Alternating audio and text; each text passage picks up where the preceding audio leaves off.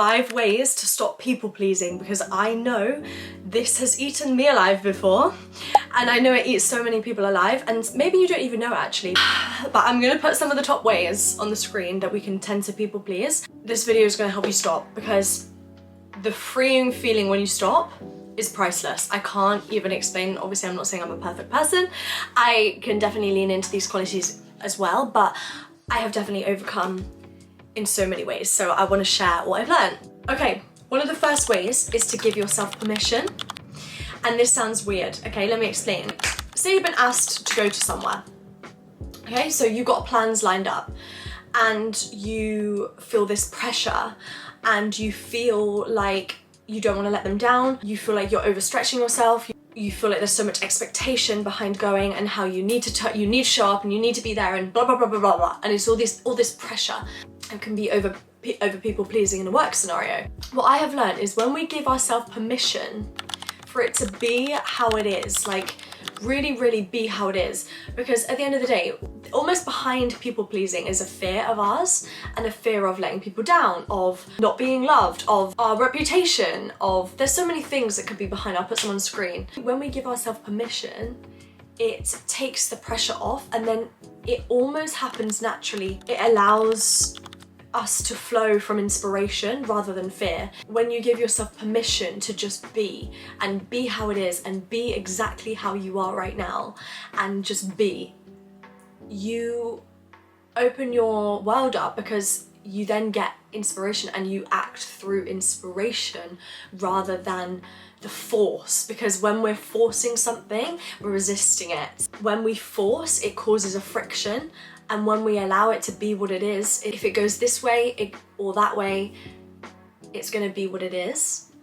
The permission we give ourselves frees us. It frees us. Giving yourself permission will free you, I promise. And just as an example, I wrote this note the other day. It's like, why do we feel more inspired over like Christmas in lockdown? Why did we feel less pressure? Why are we like acting more when we're not in this pressure? And why do we feel more inspired? And it just really got to me. It's because we give ourselves permission. Like in lockdown, we had permission. Over Christmas, we've got permission.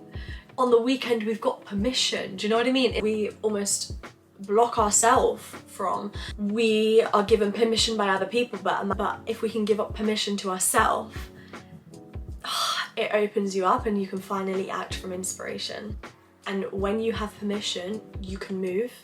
It literally is, because sometimes when we are so in force and we're people pleasing and we're so in force with how it must be this way, we are stagnant. Like it causes stagnation because we're so in our head, we're thinking about all the scenarios. But when we give ourselves permission, we can drop into our body and we then move, because it's a natural byproduct of the permission we've given ourselves. You will find that you naturally go to that thing, you naturally want to go to that thing, or you naturally want to do that thing, or you naturally get inspired to do that thing, because the pressure isn't there anymore and it's lifted and you can flow like water. Like, you know, when you grab a hose too tight, it blocks the water flow, right? So it's like when you just allow, everything flows, you know? It really sounds stupid when I say it out loud, but it's so real. Okay, the next one is to talk to your inner child. Now I have a journal and it is how your inner child feels, and then you reply with how your inner parent would reply. So you're almost talking to your inner child. You literally write exactly how your inner child feels, and this is so helpful because when you're people pleasing, that is our inner child. So it's really so helpful to like hear your inner child. Like, what is she saying? Like, what is the fear? Like, what does she actually feel? Like, literally say like write as if you are your inner child. Like, you'll get your truest response. And you reply in the opposite section. I've been doing this for like 2 or 3 years, not even joking. Like, it's the most helpful thing. If I ever need advice, I will go to God and my inner child, because they are so helpful, and your inner child will tell you.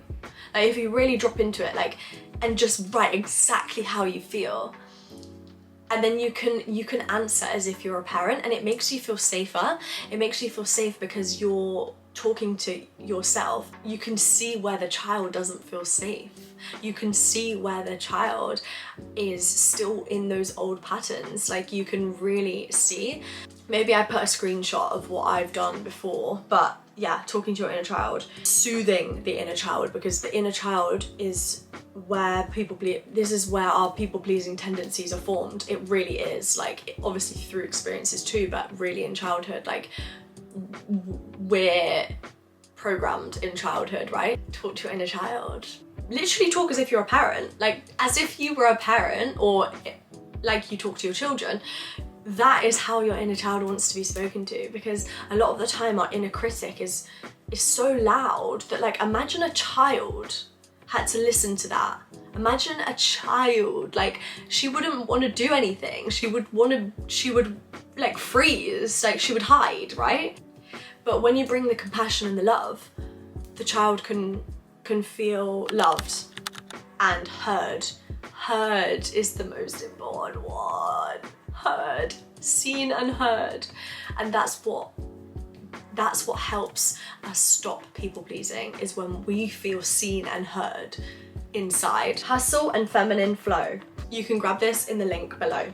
It's actually really helpful to tick these off. I'm just going to give you a few examples of how the state that can produce the people-pleasing tendencies, because we're so unconscious to our patterns. For example, rushing without checking in with myself, ignoring my physical needs, feeling resentful or depleted, getting wrapped up in speed, making decisions without consciousness, under or overeating, feeling dehydrated and dismissing it, heightened stress, not being present.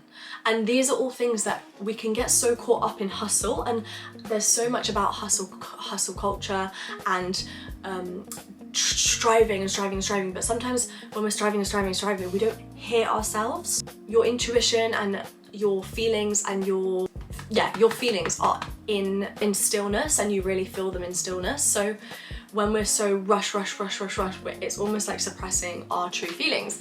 We can end up doing things like doing things because I feel I must, answering messages when I'm burnt out, acting from grind, not alignment, participating in unconscious patterns, doing things because I feel I must, over-promising, feeling like there's not enough time, operating in survival mode, overdoing when I'm on low capacity, overstretching as a coping strategy, not listening to my body, carrying on in resistance. And these are all things, there's so many more. You carry on in resistance, and it's like you're on a hamster wheel. I've got a section in my book called Hamster Wheel. Hamster Wheel.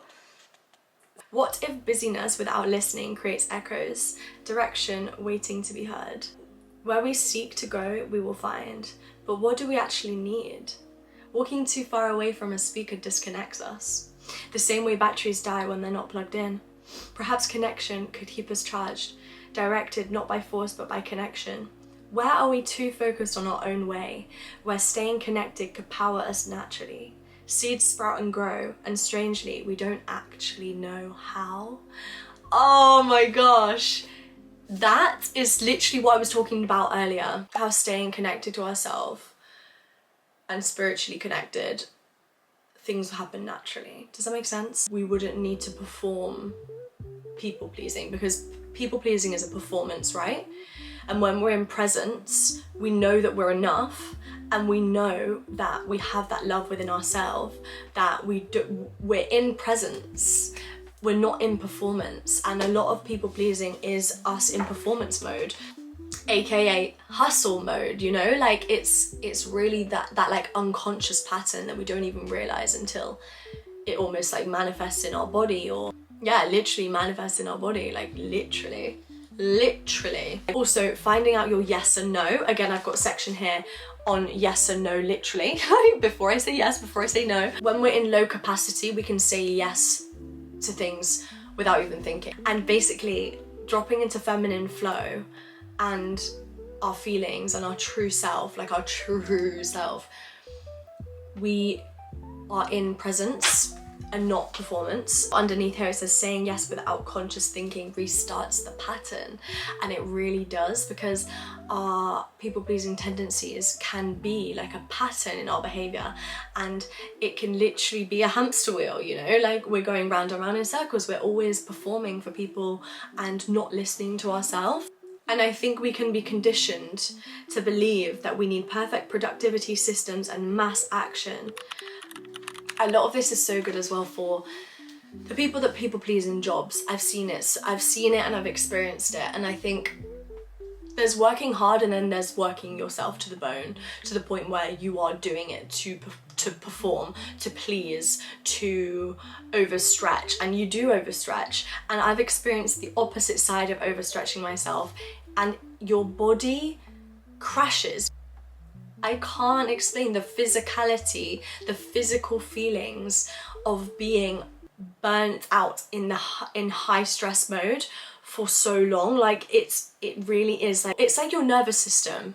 Your nervous system can be in fight or flight, it can be high, it can be on high alert. I've also got sections for writing because obviously I'm a journaler. If my nervous system is in overdrive, I cannot operate from my flow. That is so true. Working hard is not a flex if I'm not nourished. It's so true. It's so true, and it's all in our unconscious patterns. It's all unconscious, which is basically why I've made this journal, because I want to make these unconscious patterns conscious, and I want people to feel they can be in aligned flow and they don't have to hustle for everything. And it's basically about being less professional and more vulnerable, because I think that's what this world needs, if I'm honest. And it's for the highly ambitious, recovering people pleaser. And by highly ambitious, I mean you want to do things, you have passions, or you want to explore passions, but we have these beliefs that we must hustle, we must work, there's so many I've overheard so many conversations on the tube, and because I hear it all. I hear people saying they hate their jobs, they've been in their jobs for years and years and years, they hate them, but they're stuck and they feel stuck. I had someone come and fix the boiler. She was telling me that she wants to do all these things. She was saying that she loves self-help and wants to explore that region, but she feels like she's stuck doing a job she's always known. And we get stuck in these patterns of unconsciousness, and I just want to help people. Literally on the first page it says, the ambitious feminine embracing aligned work, not hustle. I vow to stop betraying my energy. I vow to stop betraying my energy. Sign that up, because I'm telling you, it's why that people feel so exhausted after a full working week, and then they dread Monday. It's why people don't want to have no time for their passions at the end of a working day. It's why people carry on, and they're in something they don't even want to do. Like, it's people pleasing. Like it's us people pleasing because we're trying to please someone, and it's not ourselves. It's not ourselves. I just want to help people drop into their hearts. Like, that's really my intention with everything I'm doing at the moment. I can't explain, because I've experienced the other side of performance, hustle, burnout, peak, fight or flight mode. I know that side, and I can't explain. It makes me cry every time. I can't explain the other side of it, and how I never thought that I would be able to get to the other side. So everything I do is gonna be about this. I don't care. Like, I'm not giving up. I'm producing products because I want to help people's heart and their heart posture, and I want people to feel peace, because that is what my one wish was, just to feel peace, and to make someone else feel peace in themselves. That's just everything. Like, it really is everything. So links below to the products. I hope this has helped in some way. Talk to your inner child this week, and I'm so excited to see what you think about the journal and the book.